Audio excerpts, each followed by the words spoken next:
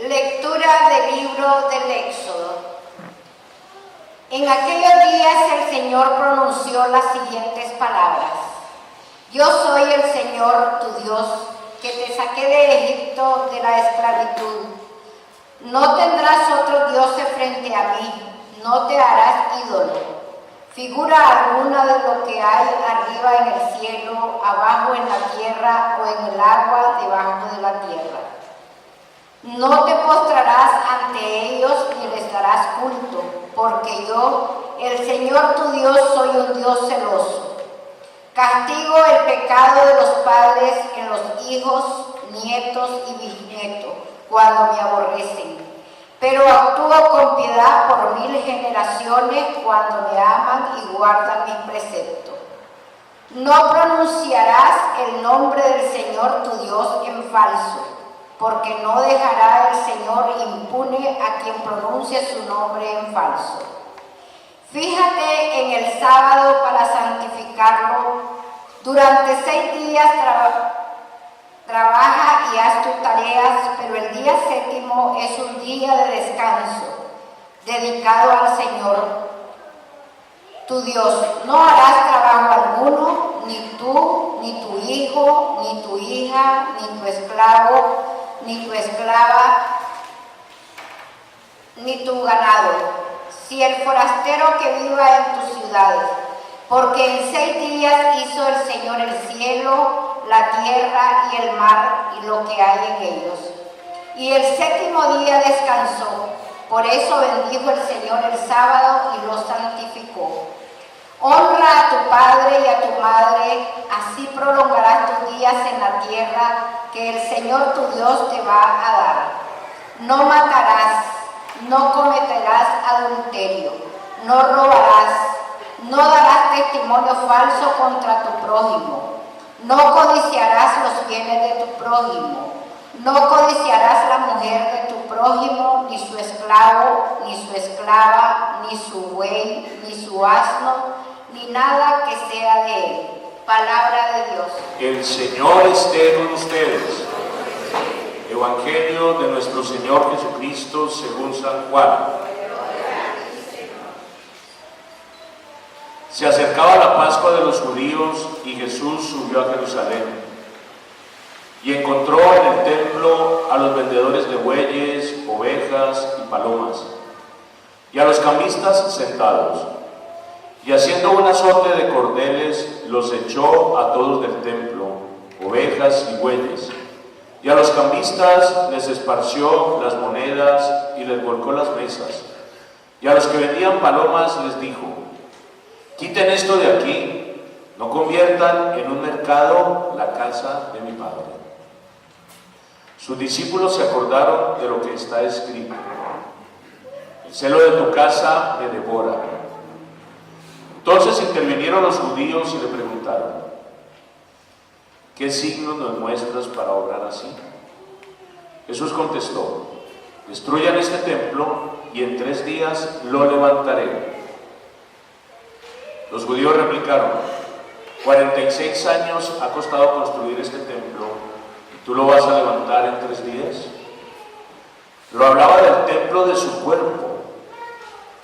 Y cuando resucitó de entre los muertos, los discípulos se acordaron de que lo había dicho y dieron fe a la Escritura y a la palabra que había dicho Jesús. Mientras estaba en Jerusalén por las fiestas de Pascua, muchos creyeron en su nombre, viendo los signos que hacía. Pero Jesús no se confiaba de ellos, porque los conocía a todos y no necesitaba el testimonio de nadie sobre un hombre, porque él sabía lo que hay en el interior de cada hombre. Palabra del Señor. Estamos celebrando hoy, 8 de marzo del año 2015, Día Internacional de la Mujer. Envío un saludo a todas las mujeres en este día, especialmente a todos aquellos que nos siguen en las redes sociales. Felicitaciones a la mujer en este día. El tercer domingo de Cuaresma. Y en este tercer domingo de Cuaresma del ciclo B, leemos un momento muy importante en la vida de Jesús, recordado por muchos, la purificación del templo. Tal vez uno de los pocos momentos en los cuales vemos a Jesús enojado, tan enojado que es capaz de tomar un lazo y golpear unas mesas y tumbar unas monedas y sacar unos animales del templo de Jerusalén. Este fue un acontecimiento histórico de Jesús. Los 4 evangelios lo recuerdan y manifiesta esta realidad que podríamos decir es la primera enseñanza que este texto nos deja hoy a nosotros, y es las cosas de Dios y los momentos de Dios con respeto. Respetar las cosas y los momentos de Dios. No volver un mercado un momento de oración y de culto, porque lamentablemente eso fue lo que pasó con el templo de Jerusalén. El templo de Jerusalén fue una construcción grandiosa, maravillosa, tal vez llegó a ser la más grande de la antigüedad. Fue hecho en 3 ocasiones. La primera fue por Salomón, la segunda por Esdras y Nehemías, y la tercera por Herodes el Grande. Él triplicó el tamaño del templo de Jerusalén. Creo que dentro del templo de Jerusalén, en la explanada más grande en la época de Herodes, cabían 12 campos de fútbol. Imagínense ustedes las dimensiones de este templo. El templo era el eje de la vida de Israel. Todos los años en la fiesta de la Pascua la gente bajaba allí. También en la fiesta de las tiendas, cada vez que había una fiesta importante de los judíos, la gente se agolpaba en la ciudad de Jerusalén. Imagínense ustedes la proporción. Jerusalén tendría unas 50,000 personas en la época de Jesús. Y cuando llegaba la fiesta de la Pascua, se triplicaba la población. Llegaban 150,000 personas a Jerusalén. Era una conmoción. Imagínense ustedes las fiestas patronales de aquí de nuestros pueblos. Es parecido. Aquí el tope de Dolores. La población radica, pero cuando llega el tope, esto aquí no cabe la gente. Y uno aprovecha pues para vender. ¿Y quién no? Con tanta gente, ¿quién no hace un negocio?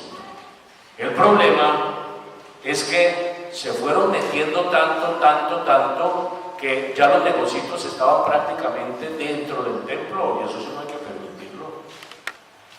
Una cosa es suplir las necesidades de la gente afuera, y otra cosa es volver el momento de culto un momento de comercio. Imagínense ustedes que aquí nosotros dijéramos, bueno, el que tenga hambre aquí mientras se celebra la Eucaristía puede ir comiendo chicle, puede tomar un fresco, puede comerse una enchilada, ¿cómo les parecería? Y aquí la gente vendiendo, chito maní caramelo, chito maní, enchilada, ¿quién quiere enchilada? Y yo celebrando la misa y la gente vendiendo. Es un poco raro. A mí me pasó una vez en un pueblo cercano aquí, me invitaron a predicar sobre la cruz, y yo fui allá a predicar sobre la cruz, y había una señora, eso fue en el atrio de la iglesia, y había una señora que tenía un vozarrón grandísimo, parece que se hubiera tragado un parlante, porque qué señora para hablar duro. Y era maní, maní, maní, maní, maní, maní, por todas partes, y dándole vuelta, y yo prediqué más duro y que le subieran al sonido, y la señora más duro, maní, maní, maní, maní, y me tenía a mí distraído, ya con hambre, con ganas de comer maní, y la gente, cada vez que ella decía esa palabra, todo el mundo mirando a ver si tenía todavía maní, y era yo, hasta que un día, hasta que en un momento de la predicación dije, y sean como esa señora del maní, que es persistente y los tiene más concentrados que mi propia prédica. Y la gente soltó la risa y la señora le dio cuenta y se fue. Bueno, así me la quité de encima. Pero a veces cuando uno está en las cosas de Dios, pues en las cosas de Dios, yo creo que eso fue lo que sintió Jesús.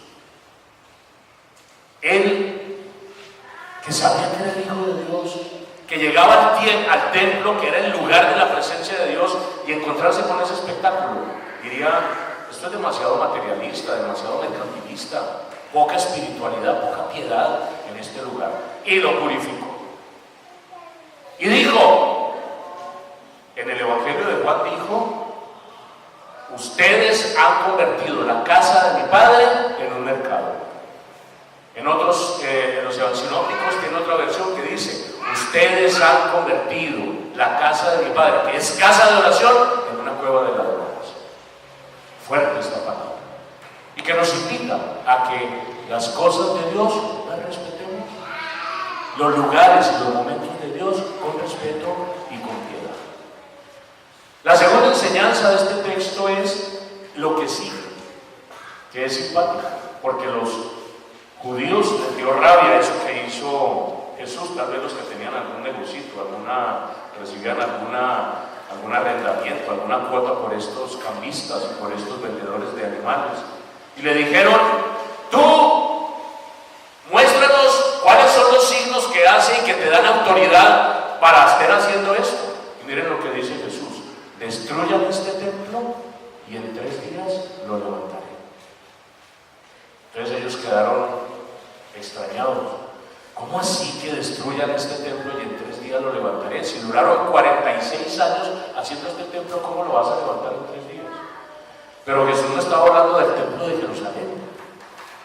Si ustedes miran, la aclaración que hace Juan es: después de que Jesús resucitó, los discípulos entendieron qué significaba esta afirmación de Jesús. Él no estaba hablando del templo físico, sino del templo de su pueblo. La casa de mi padre es casa de oración. Y después dijo: destruyan este templo. Como quien dice: no me vengan aquí con cuentitos, ustedes lo que quieren es matarme. Ustedes quieren acabar con mi vida. Pero tranquilos, destruyanlo, que en 3 días lo levantaré. Una palabra profética de Jesús, pero que también manifiesta una revelación de Dios para todos nosotros, para la humanidad. Y es que con esta afirmación de Jesús, ahora el lugar del encuentro con Dios se ha desplazado. El lugar del encuentro con Dios ya no es una casa, ya no es un templo, ya no es una construcción. Ahora el lugar del encuentro con Dios es una persona, es Jesús de Nazaret. El templo de Jerusalén entonces ya queda obsoleto. Ahora el nuevo lugar donde yo me puedo encontrar con Dios es en la persona de Jesús resucitado. Y entonces eso es una gran alegría para toda la humanidad. Nosotros seguimos haciendo construcciones bonitas. Por ejemplo, esta iglesia de Dolores está bien bonita, muy confortable. Tal vez la gente dirá: ay, es que ahora sí se siente más a Dios. Ojo, se siente más a Dios no porque esté la pintura bien hecha ni porque tengamos piedra laja o unas bancas cómodas. Se siente la presencia de Dios en un lugar dedicado a Él en la medida en que se viva la experiencia del Cristo vivo. Si no, no. Hay iglesias muy bonitas donde hay puros odios, puras rencillas, puras envidias y pura palmazón, y entonces no se siente Dios. Y tal vez hay lugares muy sencillos, muy pobres, donde se vive el amor, donde se vive la cercanía, la comunión. Ahí sí se siente Dios. Porque dijo Jesús: donde haya 2 o 3 reunidos, ahí estoy yo en medio de ellos. Pues bien, esta segunda enseñanza nos invita a que nosotros busquemos a Dios, no yendo a tal o cual lugar, sino buscando a Jesús. ¿Dónde sentimos mejor a Jesús? ¿En una catedral? ¿En una capilla? ¿Dónde? Nos sentimos en cualquier parte donde nos reunamos sinceramente e invoquemos su nombre. Puede ser en la catedral más bella del mundo o debajo de un palo en una enramada. Allí la presencia de Dios se hace sentir, porque es el nuevo lugar donde nos encontramos con Dios. Y la tercera enseñanza, hay un comentario final del texto que dice que Jesús, después de que fue la primera vez, a la primera Pascua a Jerusalén, mucha gente comenzó a creer en Él por los signos que hacía. Pero dice el texto que Él no se confiaba mucho en ese tipo de fe por los signos que hacía, porque Él conocía el corazón de los hombres. Miren, creer en Jesús por los signos que hace es un poquito peligroso. Eso fue lo que le dijo Nicodemo a Jesús: ay, sabemos que tú estás de parte de Dios porque haces signos prodigiosos. Y Jesús dijo: espera un segundito, hay que nacer de nuevo. O los judíos le decían: haz un signo para que podamos creer. Y dice: generación perversa y dura de corazón, a ustedes no se les hará ningún signo. Porque no es el signo el que provoca la fe, sino más bien la fe la que provoca el signo. Es la fe la que genera el milagro, no el milagro el que nos lleva a la fe. Por eso Jesús decía, tu fe te ha sanado, tu fe te ha salvado. Esta tercera enseñanza nos enseña y nos muestra que Jesús conoce las intenciones del corazón, es decir, a Dios no lo podemos engañar. Nosotros no podemos simular una piedad externa para convencer a Dios de que somos buenos, no. Él sabe con qué intención lo estamos haciendo. Por lo tanto, ¿qué es lo importante para Dios? Lo hemos dicho y repetido constantemente en esta cuaresma. A Dios lo que le interesa es un corazón arrepentido, una conciencia que verdaderamente ha reconocido sus faltas y que sinceramente vuelve a Él. En esta noche, mis queridos hermanos, como una evaluación de la cuaresma, estamos respetando los tiempos y lugares de Dios. Estamos reconociendo que el lugar del encuentro con Dios es la persona de Jesús y estamos siendo sinceros en nuestros caminos de conversión. Que el Señor nos fortalezca y nos lleve a un buen ejercicio cuaresmal para vivir adecuadamente la Pascua. Amén.